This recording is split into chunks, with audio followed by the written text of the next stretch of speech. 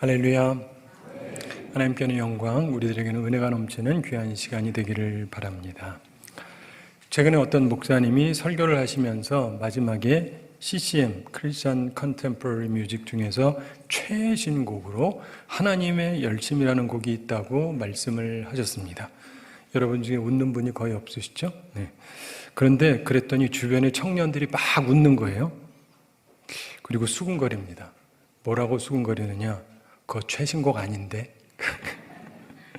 나중에 살펴보니까 나온 지 얼마나 된 곡이었나? 얼마 됐냐면 만 2년이 된 곡입니다. 자, 최신곡입니까? 아닙니까?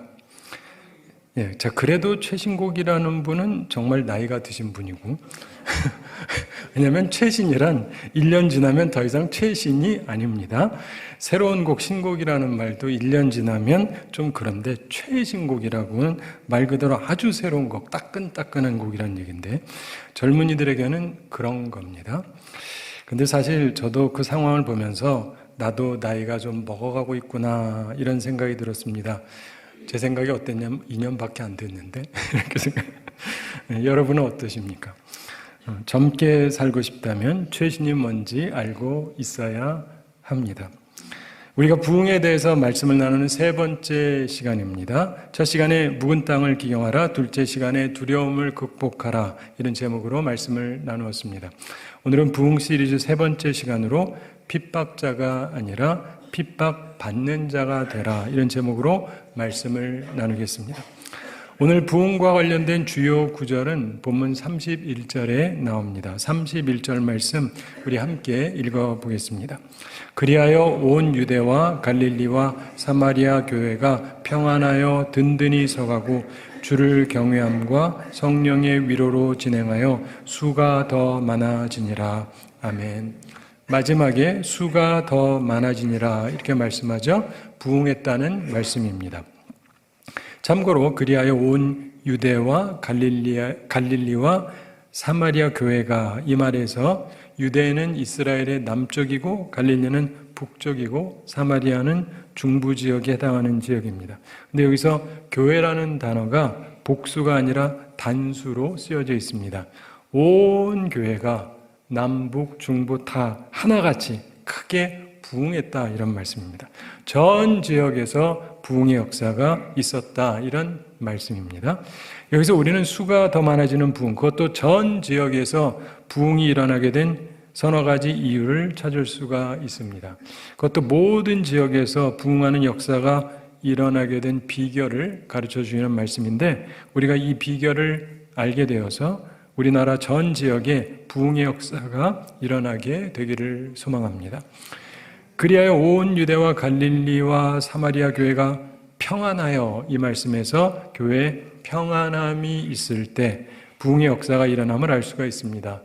그러면서 든든히 서가고 이 말씀에서 교회의 평안함을 기반으로 든든히 서가는 모습이 있을 때 교회가 부흥한다는 걸 알 수가 있습니다. 또한 주를 경외함과 성령의 위로로 진행하여 이 말씀에서 주를 경외함 이것이 있어야 한다는 것을 알 수가 있고 그리고 성령의 위로가 있을 때 성도의 수가 더 많아지고 부흥한다는 것을 알 수가 있습니다. 따라서 우리는 그 부분 교회의 평안, 든든히 서감, 주를 경외함, 성령의 위로를 오늘 살펴보려고 합니다. 그런데 그 전에 그 말씀의 시작이 그리하여 이렇게 시작됨을 집중할 필요가 있습니다. 원인과 결과의 관계를 말할 때 그리하여 이런 단어를 사용하죠. 즉 앞에 어떤 원인이 되는 일이 있었고 그 결과로 바로 이런 교회의 평안, 든든히 서감, 하나님 경외 그리고 성령의 위로가 있으면서 수가 더 많아지게 되었다는 말씀입니다. 따라서 오늘 서론에서 그 원인, 즉 부흥의 원인이 되는 사건을 우선 살펴보도록 하겠습니다. 그것은 본문 26절부터 30절 내용에 나옵니다.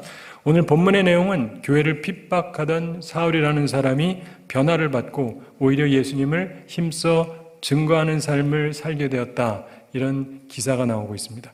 교회를 핍박하던 사울, 우리가 이후에 사도 바울이라고 부르죠. 이 사람이 다메섹에서 예수님을 만난 후에 변화되었습니다. 특이한 것은 26절에서 이런 말씀이 나옵니다. 사울이 예루살렘에 가서 제자들을 사귀고자 하나 다 두려워하여 그가 제자됨을 믿지 아니하니. 자, 교회를 핍박하고 스데반을 잡아 죽이는데 앞장을 섰던 사람이기 때문에 회심했다, 이 말을 잘 믿지 못했다, 이런 이야기입니다. 그때 나서서 도운 사람이 한 사람이 있었습니다. 바나바였습니다. 27절 함께 읽어보겠습니다. 바나바가 데리고 사도들에게 가서 그가 길에서 어떻게 주를 보았는지와 주께서 그에게 말씀하신 일과 다메섹에서 그가 어떻게 예수의 이름으로 담대히 말하였는지를 전하니라. 아멘.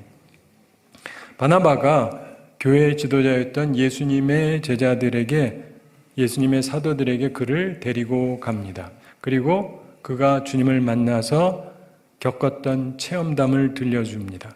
그러면서 귀한 교제가 성립이 된 것입니다. 28절에서 사울이 제자들과 함께 있어 예루살렘에 출입하여 이렇게 말씀하면서 29절 초반에서 또 주 예수의 이름으로 담대히 말하고 헬라파 유대인들과 함께 말하며 변론하니 이렇게 말씀합니다. 두려워하지 않고 담대하게 말합니다. 주 예수의 이름으로 담대하게 말했다. 이 얘기는 뭐냐면 두려워하지 않고 전도했다, 이런 이야기입니다.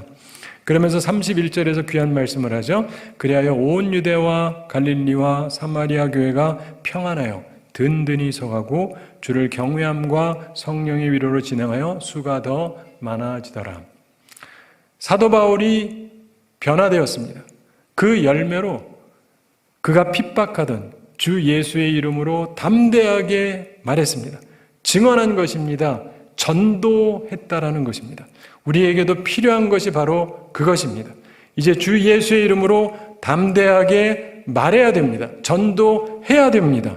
그러면서 교회 부흥이 일어났던 것입니다. 그런데 본문 29절 함께 읽어보겠습니다.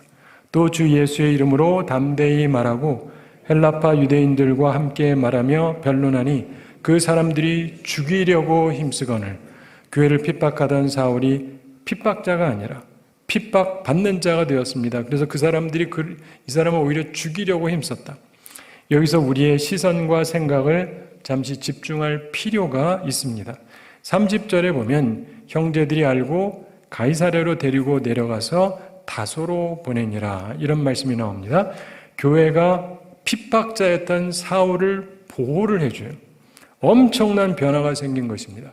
이런 변화가 부흥의 시발점이 되었습니다. 사울이 핍박자가 아니라 핍박받는 자가 되면서 부흥의 불길이 일어났습니다. 우리에게도 이런 변화가 필요합니다. 교회를 핍박하는 것 멈춰야 됩니다. 교회 공격하지 마세요. 그리고 이제 교회를 옹호하고 교회를 보호해야 됩니다. 그래야 부흥이 일어나는 것입니다. 전과 달리 교회를 비난하는 자가 아니라 주님의 교회를 위해서 주 예수의 이름으로 증거하기에 핍박을 받는 자가 되어야 합니다. 그러면서 교회가 부흥하게 됩니다. 교회를 비난하지 마세요. 지도자를 비난하지 마세요. 예수님을, 하나님을 원망하고 비난하지 마세요. 오히려 반대로 옹호하고 변호하셔야 됩니다. 주 예수 그리스도의 이름으로 증거하셔야 됩니다. 그러다가 핍박을 좀 받으셔야 돼요. 요즘 전도하다가 핍박 많이 받고 계시는 분 거의 없죠. 핍박 안 받고 사시려고. 여기가 북한도 아닌데. 그런데요, 그렇게 해야 교회가 부흥하는 것입니다. 기억하시기 바랍니다.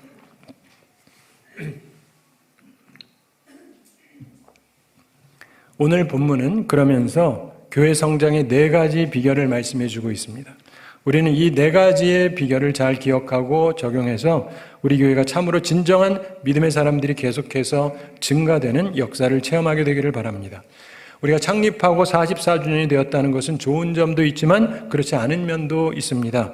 역사를 가졌다는 장점과 잘 흔들리지 않는다는 장점도 있지만 동시에 새로운 변화에 이제는 익숙해지지 않고 창조적인 노력을 소홀히 할 수 있다라고 하는 단점이 있습니다.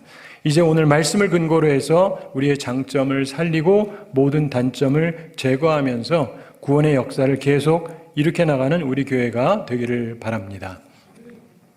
교회 성장을 위한 첫째 비결이 뭐냐면 바로 평안함입니다. 평안함. 오늘 본문 말씀 31절 중에 교회가 평안하여 이런 말씀을 하죠. 헬라 원어로 에이레네라고 하는 말입니다. 평화, 화평, 고요라는 뜻이고 함축적으로 번영을 뜻하기도 합니다. 일치, 조화를 뜻하기도 합니다. 인류 역사상 오랫동안 전쟁의 반대말이 평화였습니다. 사실 교회는 전쟁과 같은 분쟁이 있어서는 안 됩니다. 사랑하는 성도 여러분, 교회를 다니고 싶은데 그 교회에 분쟁이 있다, 맨날 싸운다, 그런 말 들으면 그 교회 가시겠습니까? 교회는요, 평화로워야 합니다. 고요해야 돼요. 그러기 위해서 우리가 기억해야 될 게 있는데 말과 행동을 삼가해야 됩니다. 전도서 5장 1절 초반에 보면은 너는 하나님 집에 들어갈 때 내 발을 삼갈지어다 이렇게 말씀합니다. 발을 삼가라는 것은 행동을 조심하라 이런 말씀이고요. 그러면서 2절 초반에서 너는 하나님 앞에서 함부로 입을 열지 말며 급한 마음으로 말을 내지 말라. 그러면서 그런즉 마땅히 말을 적게 할 것이라 이렇게 말씀합니다. 우리는 교회에서 말과 행동을 조심해야 됩니다. 그래야 평안함이 유지됩니다. 예전에 미국 뉴욕에서 어떤 분에게 목사님이 설교 테이프를 보냈는데 예전에 테이프를 보내던 때가 있었거든요. 근데 담당자가 실수로 녹음이 전혀 안 된 공 테이프를 보냈습니다. 그러니 어떻게 됐겠습니까? 이분이 시험에 들었겠죠? 아니면 적어도 화가 좀 나지 않았겠습니까? 그런데 특이한 것은 이 설교 테이프를 받은 분이 전혀 시험에 들지 않았고 오히려 크게 은혜를 받았다는 것입니다. 그러면서 목사님께 감사하면서 전화까지 왔어요. 보통 전화 안 오거든요. 근데 전화까지 오면서 너무 감사하다는 거예요. 이분이 말하는데 테이프를 틀고 이제나 저제나 하면서 아무리 기다려도 아무 소리가 나지 않더랍니다. 그래가지고 왜 그러지 하고 제목을 봤는데 그날 설교 제목이 뭐였냐? 이거였답니다. 제목이 은혜로운 교회. 그래서 이분이 은혜로운 교회는 아무 소리도 나지 않는 교회다. 이 생각을 하니까 정말 은혜롭답니다. 그래서 이분이 참 많이 깨달았다고 하면서 전화가 왔습니다. 그래서 목사님께서 그 테이프는 잘못된 거니까 새 것으로 보내드리겠습니다. 그랬더니 그분이 보내시지 말라고 그러면서 그러더랍니다. 이미 충분히 깨달았습니다.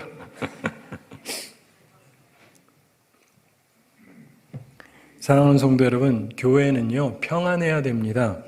근데 평안하려면 잡음이 없어야 되잖아요. 정말 은혜로운 교회는 아무 나쁜 소리가 들리지 않는 그런 교회인 것입니다. 사울처럼 시비 거는 사람이 사라져야 돼요. 교회가 그래야 세상 사람들이 진정으로 관심을 갖게 되는 것입니다. 전도가 되려면 기본적으로 교회가 평안해야 됩니다. 우리 교회도 항상 평안한 교회가 되기를 바랍니다. 교회 성장의 둘째 비결은 바로 든든히 서는 것입니다. 든든히 선다.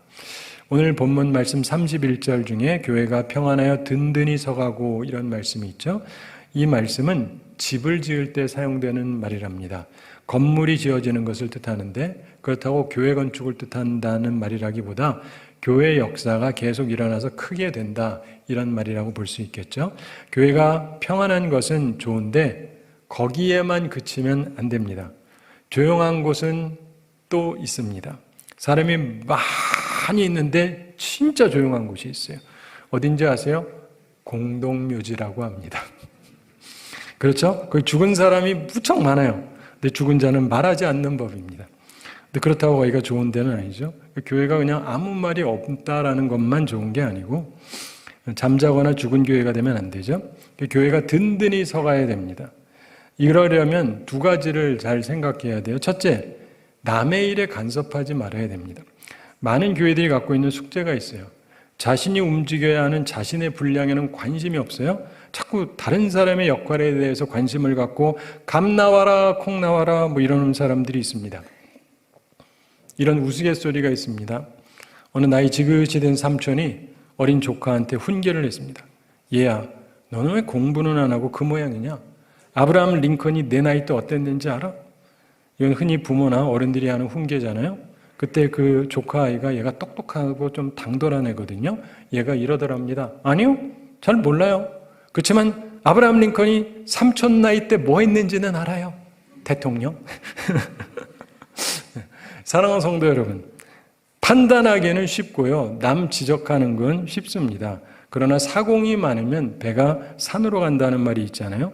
교회가 너무 극성스럽고 남의 일에 지나치게 간섭하면 교회가 든든히 설 수가 없습니다. 자꾸 의견 내고 남의 일에 쓸데없이 간섭하는 것을 삼가야 합니다. 두 번째로 우리가 해야 될 일이 있는데 그것은 나의 일에 대한 지혜를 얻는 겁니다. 내가 할 일에 대한 지혜를 얻는 것. 남의 일에 간섭하지 않는 것으로 끝나서는 교회가 든든히 설 수가 없어요. 조용할지는 몰라도. 이제 남의 일에 대한 관심 대신에 내 일, 내 사명, 내 책임에 대한 관심으로 돌려야 됩니다. 좋은 장로님이 되려면 좋은 장로님들을 많이 알아야 돼요. 좋은 장로님들이라고 평판 듣는 분들을 통해서 무엇을 어떻게 하시나 알아야 돼요. 잘 모르면 역사라도 연구해보고. 그래서 그분들에게 지혜를 얻어서 시행착오를 적게 해야 좋은 장로님이 될 수가 있는 것입니다. 권사님도 마찬가지예요. 다른 권사님들 어떻게 봉사하시나 이런 데 관심 갖고 교회 역사도 찾아보고 그렇게 생각하면서 자기를 향상시켜야죠. 집사님들도 마찬가지입니다. 구역장, 각 선교회, 전도회 임원들도 다 마찬가지입니다. 그러면서 참고로 욕먹는 사람한테 물어봐도 별로 도움이 안 됩니다. 칭찬 듣는 분들, 성공적인 분들한테 묻는 게 좋습니다. 다른 좋은 평판 듣는 분들의 비결은 도대체 무엇인가? 관심 갖고 묻고 그 비결을 배워야 돼요. 남의 거에 대한 게 아니라 내 일에 대한 거예요. 우리는 우리 교회를 든든히 세우기 위해서 우선 내가 무엇을 해야 하는가 여기에 집중해야 됩니다. 그리고 묻고 지혜를 얻어서 우리 교회가 다른 모범적인 교회들처럼 잘 설 수 있는 길을 찾아야 할 것입니다. 행복한 가정을 이루고 싶으시면요, 행복하게 사는 사람들을 알아서 그분들의 비결을 배우는 게 좋습니다. 경제적으로 성공하고 싶으시면요, 경제적으로 성공한 사람들을 알아서 그분들에게 비결을 배우면 분명히 도움이 됩니다. 대신에 어떤 아내 되는 분이 다른 행복한 가정에서 남편이 하는 감동적인 일에 관심을 가지면 그 지식은 아무 도움이 되지 않습니다.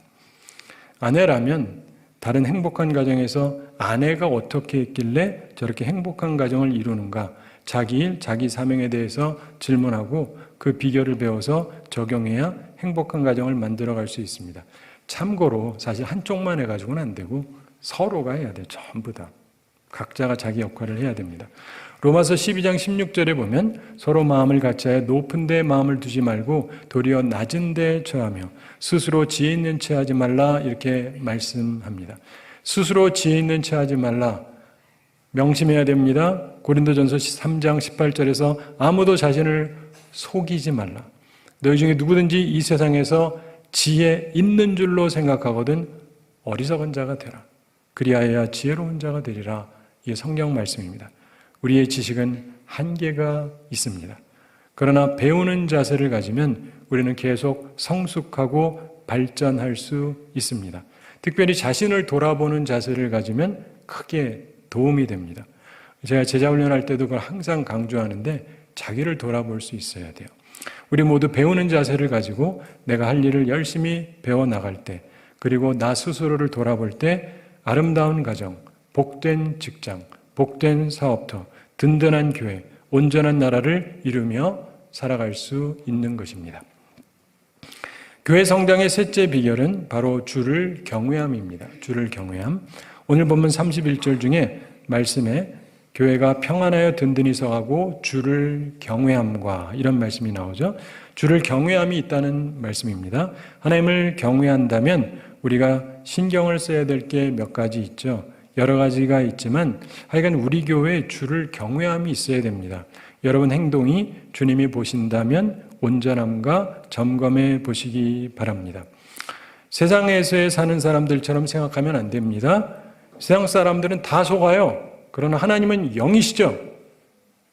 내 속을 꿰뚫어 보고 계신다고요. 포장만 잘해도 되는 게 아닙니다. 하나님에 대한 진정한 인식이 우리 속에 있어야 돼요. 주님에 대한 존경과 두려움을 가지고 있어야 됩니다. 하나님에 대한 예의가 없으면 안 되고 하나님에 대한 예의를 갖춰야 되고 그것도 껍데기가 아니라 진정성이 있어야 돼요. 형식이 아니라 진정성을 우리가 가지고 있어야 됩니다. 자녀들에게도 이것을 제대로 가르쳐야 됩니다. 오해하지 마시고 교회는 자유를 만끽하는 놀이동산이 아닙니다.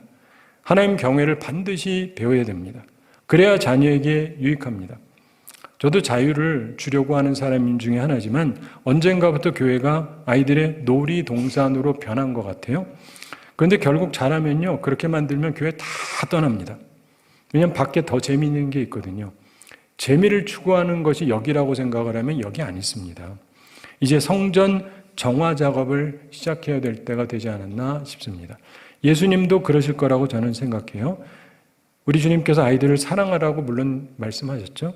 그러나 주의 전을 놀이터로 생각하는 것은 좀 지나친 것이라고 생각을 합니다. 주를 경외함을 가르쳐야 합니다. 무엇보다 주님의 날을 거룩하게 지켜야 되지 않습니까? 철학자 플라톤이 이런 말을 했다 그러죠. 영화는 하나님의 것이고 시간은 인간의 것이다. 사람은 시간과 공간에 의해서 제한을 받고 지배를 받습니다. 제한된 시간과 공간을 살아가면서 모든 곳은 아니라 할지라도 적어도 이 작은 한 공간은 예배드리는 곳을 거룩하게 구별되게 여기고 이곳에서의 짧은 시간은 거룩하게 진정성 있게 사용해야 하나님을 경외한다고 할 수 있지 않겠습니까? 이 성전에서부터 하나님 경외가 시작되기를 소망합니다. 교회 성장의 넷째 비결, 마지막 비결은 바로 성령의 위로입니다. 오늘 본문 31절 말씀 중에서 교회가 평안히 든든히 서가고 주를 경외함과 성령의 위로로 진행하여 이렇게 말씀합니다. 성령의 위로하심, 성령의 도우심이 있다는 것입니다. 파라클레토스, 이 성령님이 하시는 일이 변호사 같은 일이에요. 나를 변호해 주시는 분, 내 편이 되어 주시는 분. 우리 인생에서는 많은 어려움과 난관이 있죠. 그런데 성령께서 주시는 큰 위로, 성령께서 내 편이 되어 주시는 것, 이게 우리한테 있어야 돼요. 그럴 때 교회의 수가 늘고 부흥이 일어나는 것입니다. 우리가 묵은 땅 기경하고 두려움을 극복하고 이제부터 더 이상 교회를 비난하지 말고 박해하는 일 하지 말고 교회를 변호하고 주를 위해서 말하고 전도할 때, 그러면서 내가 전도하면서 핍박도 좀 받을 때 교회는 다시금 부흥의 역사를 체험할 것입니다. 말씀을 마치기 전 한 가지 생각할 일이 있습니다. 사랑하는 성도 여러분, 그런데 이 변화가 어떻게 생긴 것입니까? 이것은 예수님께서 직접 개입하시고 사울을 만나셔서 사울아 사울아 하면서 그를 변화시키기 때문에 가능한 일이었습니다. 즉 이런 부흥의 역사는 인간의 계획과 노력이 아니라 우리 주님 예수 그리스도의 강권적인 개입으로 가능했던 것입니다. 그것은 주님께서는 교회가 계속 핍박당하고 수가 줄어드는 것을 원하지 아니하신다는 것을 뜻합니다. 주님께서는 교회가 평안하기를, 든든하게 서가기를, 하나님을 경외하게 되기를, 성령의 위로가 함께하기를 원하십니다. 그래서 수가 더욱 많아지는 부흥의 역사가 일어나기를 원하신다고 오늘 성경은 우리에게 분명하게 증언하고 있는 것입니다. 오늘도 주님께서 사울 같은 사람을 찾아가서 변화시키시고 그래서 교회가 공격받지 않고 오히려 보호가 되면서 교회 부흥의 역사가 일어나게 되기를 바랍니다. 우리 교회, 우리 지역에, 우리 나라에 이런 역사가 함께 하시기를 바랍니다. 한 가지 이야기 말씀드리면서 오늘 말씀을 마치겠습니다. 공동작용 혹은 동시작용 효과라는 게 있죠. 우리 흔히 시너지라고 하는 얘기인데 요즘 많이 사용하는 단어입니다. 아담 스미스가 공동작용 효과에 대해서 설명을 했습니다. 핀 만드는 핀 생산 공장에서 10명이 일하게 하면서 개별적으로 핀을 생산을 하잖아요. 그러면 하루 평균 한 명당 한 20개 정도, 그러니까 10명이니까 한 200개 정도를 생산할 수 있답니다. 그런데 10명이 팀을 이루어서 작업을 하잖아요. 각각 하는 역할이 달라요. 그런데 이것만 집중적으로 하면 익숙해집니다. 빨라져요. 그리고 온전해집니다. 숙련이 되거든요. 그렇게 해서 팀을 이루어서 작업을 하면 200개가 아니라 총 48,000개까지 생산할 수 있었다고 그럽니다. 다시 말해서 개별적으로 하는 것보다 서로 분배해서 작업하는 이 분업의 효과가 자그마치 240배의 효율을 발휘했다는 것입니다. 그래서 지금은 다 분업사회잖아요. 그걸 깨달았기 때문에. 우리 신앙생활도 마찬가지예요. 교회 일도 마찬가지입니다. 나의 일을 최선을 다할 때 공동작용 효과가 일어나는 거예요. 내가 하나부터 열까지 다 하고 옆에 사람도 하나부터 열까지 다 하고 이래가지고는요 일이 안 돼요. 근데 내가 할 일에 내가 집중하고 이 사람 할 일은 이 사람이 집중하고 이렇게 해서 팀으로 하잖아요. 그럼 2배가 아니라 240배의 성장도 가능하다는 것입니다. 사회학적으로. 결국 우리는 우리 각자 그리고 우리 모두에게 달려있는 몫이 있다는 것을 기억을 해야 됩니다. 그러면서 자꾸 남의 거 얘기하지 말고 내 거를 잘해야 돼요. 내 부분에서는 누구보다도 탁월하게, 누구보다도 완벽하게 한 사람 한 사람이 하기 시작할 때 교회가 엄청나게 부흥이 일어나게 되는 것입니다. 그러면서 이 지역사회와 온 땅의 가장 모범적인 교회 하나로 일어날 수 있습니다.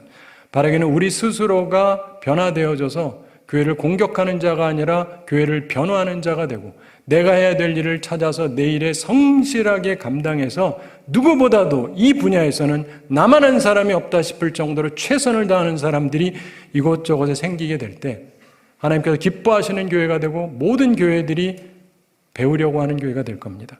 바라기는 그런 교회가 되기를 우리 주님의 이름으로 축원합니다. 우리 함께 기도하겠습니다. 사랑의 하나님 아버지, 우리를 사랑하시고 오늘도 저희들에게 귀한 말씀 주임을 감사드립니다. 부흥을 원하시는 주님, 오늘도 말씀을 통해서 우리에게 깨달음을 허락하심을 감사드립니다. 우리가 교회를 혹시 핍박하고 있는 자는 아닌지 돌이켜보게 해주시고 우리가 변화가 필요하다면 사도 바울처럼 변화되게 하여 주시옵소서. 그리고 주님께서 기뻐하시는 일을 찾으며 내가 해야 될 일을 감당하는 가운데 하나님께서 우리를 통하여서 큰 역사를 이루시는 데 쓰임받는 하나님의 사람들이 우리 가운데 많이 일어나게 하여 주시옵소서. 감사드리며 예수님의 이름으로 기도드리옵나이다. 아멘.